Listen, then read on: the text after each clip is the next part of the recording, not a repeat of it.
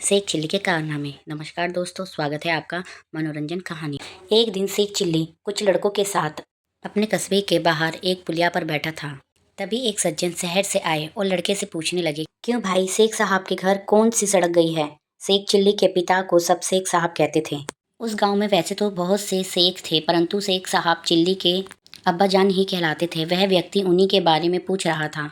वह शेख साहब के घर जाना चाहता था, परंतु उसने पूछा था कि शेख साहब के घर कौन सा रास्ता जाता है। शेख चिल्ली को मजाक सूझा। उसने कहा, क्या आप यह पूछ रहे हैं कि शेख साहब के घर कौन सा रास्ता जाता है? हाँ हाँ बिल्कुल, उस व्यक्ति ने जवाब दिया। इससे पहले कि कोई लड़का बोले, शेख चिल्ली बोल पड़ा, इन तीनों में से कोई रास्ता नहीं जाता। तो कौन सा रास्ता जाता है? कोई नहीं। क्या कहना चाहते हो बेटा?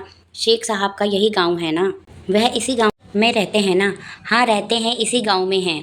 मैं यही तो पूछ रहा हूँ कि कौन सा रास्ता उनके घर तक जाएगा। शेख चिल्ली ने उस आदमी को जवाब दिया, साहब घर तक आप जाएंगे। शेख चिल्ली ने उत्तर दिया, यह सड़क और रास्ते यहीं रहते हैं और यहीं पड़े रहेंगे।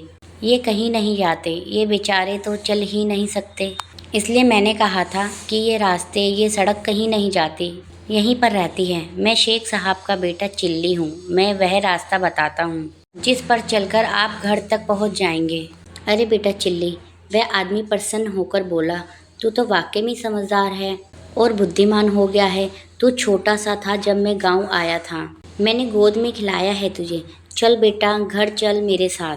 तेरे अब्बा शेख साहब मेरे लंगोटिया यार हैं और मैं तेरे रिश्ते की बात करने आया हूँ। मेरी बेटी तेरे लायक है। तुम दोनों की जोड़ी अच्छी रहेगी। अब तो मैं तुम दोनों की सगाई करके ही जाऊंगा। शेख चिल्ली उन सज्जन के साथ हो लिया और अपने घर ले गया। आगे चलकर वह सज्जन शेख चिल्ली के ससुर बन गए।